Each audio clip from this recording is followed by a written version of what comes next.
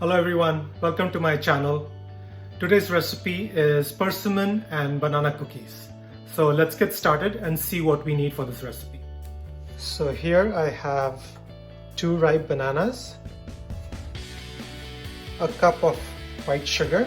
You can use a full cup of white sugar or do half cup brown sugar, half cup of white, depends on however you like it. 2 large eggs,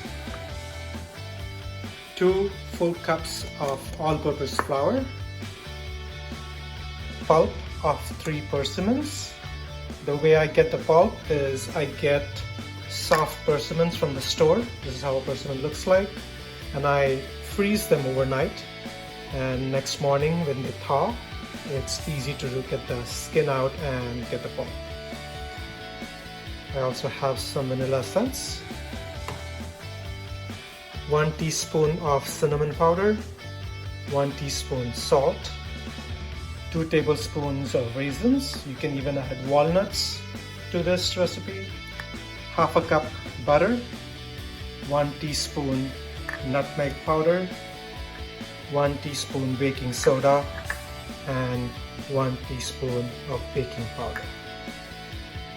So we will start by first taking the butter in the mixer, and we're going to mix it to a cream consistency. Once the butter has been creamed, we're going to stop, and to this we will add our sugar,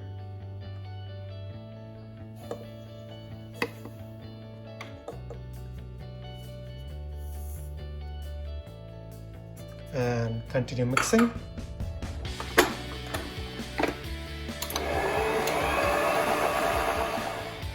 And then continue mixing.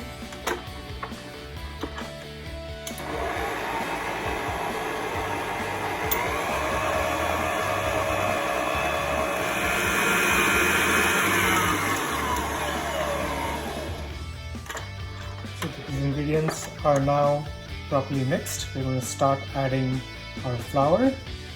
Let's start a little at a time. And then mix it again.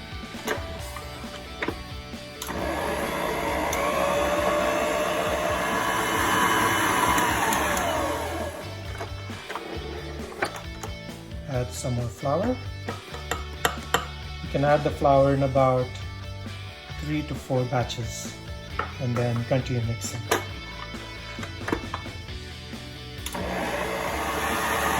Once the flour is properly mixed, we're going to stop the mixer and add our last 2 ingredients.